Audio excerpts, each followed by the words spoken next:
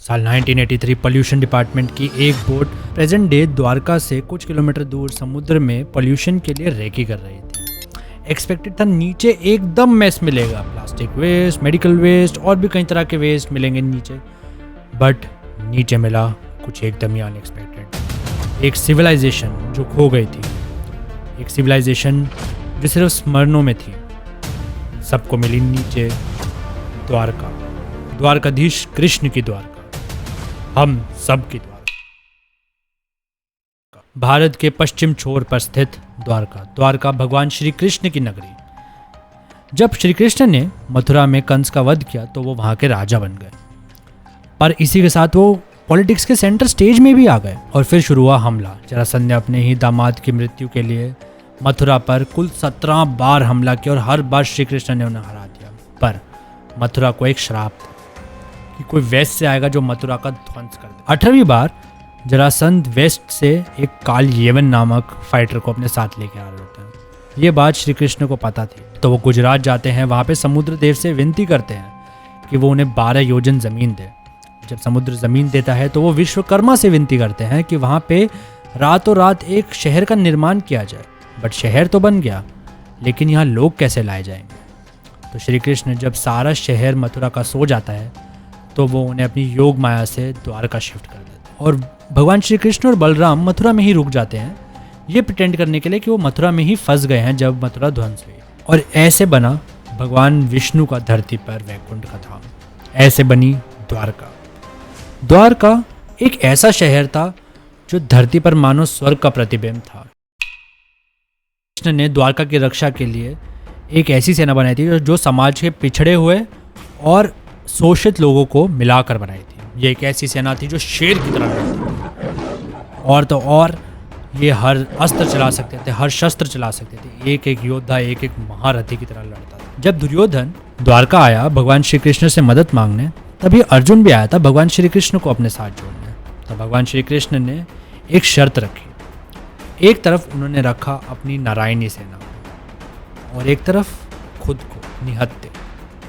और सबसे पहला चयन दिया गया अर्जुन को। अर्जुन ने मांगा नारायण को और दुर्योधन ने नारायणी सेना। और फिर क्या हुआ ये तो सभी को पता है, चाहे वो श्री कृष्ण का भगवत गीता का ज्ञान देना हो अर्जुन को, या फिर जयद्रथ की मृत्यु के लिए अपने सुदर्शन से सूरज को रोकना हो, या फिर द्रोणाचार्य को मारने के लिए अश्वत्थामा हाथी मारकर अश्वत्थामा मारा गया, ये ऐसी खबर फैलाना हो।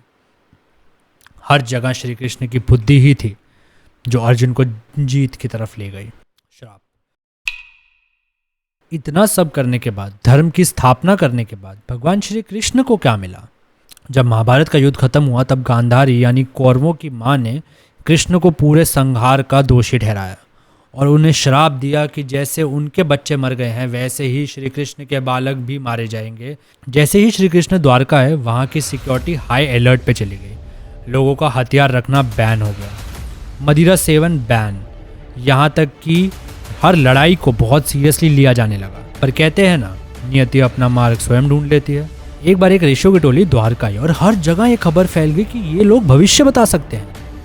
तभी श्री कृष्ण के पुत्र साम को मजाक सूझा। वो अपने दोस्तों के साथ वहाँ प्रेग्नेंट बनकर चला गया। ये देखकर ऋषि इतना गुस्सा हुए कि उन्हें श्राप दिया कि अगले दिन वो एक मेटल रॉड को जन्म देंगे जिससे यादव वंश खत्म हो जाए।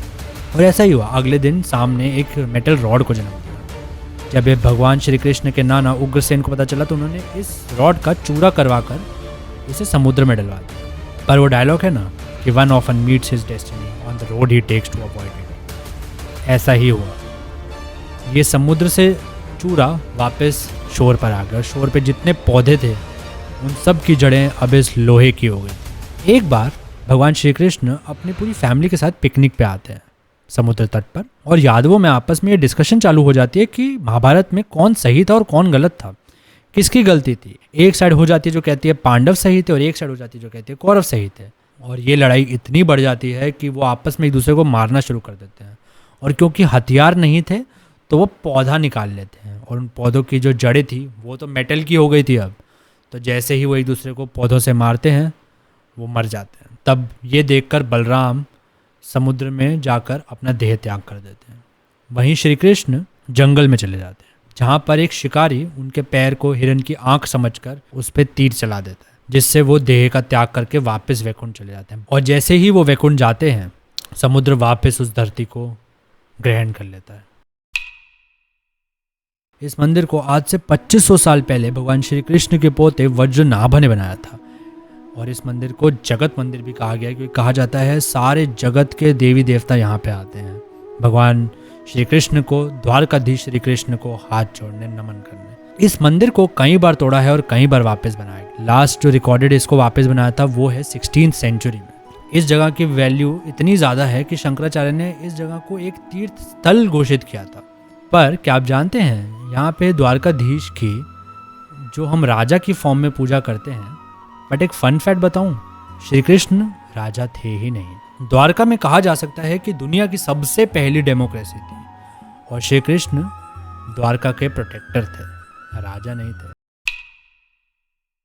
आर्कियोलॉजिस्ट का कहना है कि ये बहुत ही एडवांस सिटी थी द्वारका की। यहाँ पे ना सिर्फ सीधी सड़कें और बड़ी बड़ी इमारतें थी, बल्कि यहाँ पे ड्रेनेज सिस्टम भी था। ना सिर्फ ड्रेनेज सिस्टम था, बल्कि ये जानने का तरीका भी था कि कौन इनके द्वारका का है और कौन नहीं है। श्री कृष्ण ने हर द्वारकावासी को एक सील दी थी, जिसका मेंशन भी है, वो भी साइंटिस्ट को मिली है। एस.आर. राव जो इसकी एक्सकवेशन को लीड कर रहे थे, उनका कहना है ये सिटी बहुत वेल्दी होगी, क्योंकि यहाँ पे बहुत सारे एंकर्स मिले हैं, जो इस बात का सबूत है कि यहाँ का ट्रेड बहुत ही ज़्यादा हैवी था। 1983 में जब साइंटिस्ट को ये सिटी मिली द्वारका की, तब से इंडियन साइंटिस्ट का यही कहना था कि ये हमारे श्री कृष्ण की द्वारका है।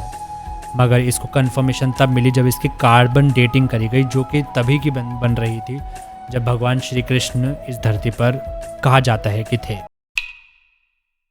क्या इसका मतलब है कि महाभारत, रामायण जैसी कहानियाँ एक ऐसे छुपे हुए सच के बारे में बात करती हैं जो हमें शायद नहीं पता है, या हमें बताने की कोशिश करी जा रही है हमारे ऋषि मुनि से? खैर जो भी हो, मेरा तो ये मानना है कि द्वारका जो है भक्तों की आस्था और उनकी भक्ति की वजह से ही डूबी हुई द्वारका भी वापस बाहर आ पाई, लोगों के सामने आ पाई। वरना ये द्वारका अगर भक्ति ना होती तो शायद खोई ही रहती। अगर आप द्वारका विजिट करना चाहते हैं तो मैं इसकी सारी बुकिंग डिटेल्स, ऑफिशियल वेबसाइट्स और आइटिनरी नीचे डाल रहा हूँ, आप चेकआउट कर सकते हैं। इसी के साथ प्रेरक साइनिंग ऑफ। मिलते हैं अगली बार एक नई कहानी के साथ। तब तक के लिए लाइक, शेयर, सब्सक्राइब @कहानीकार।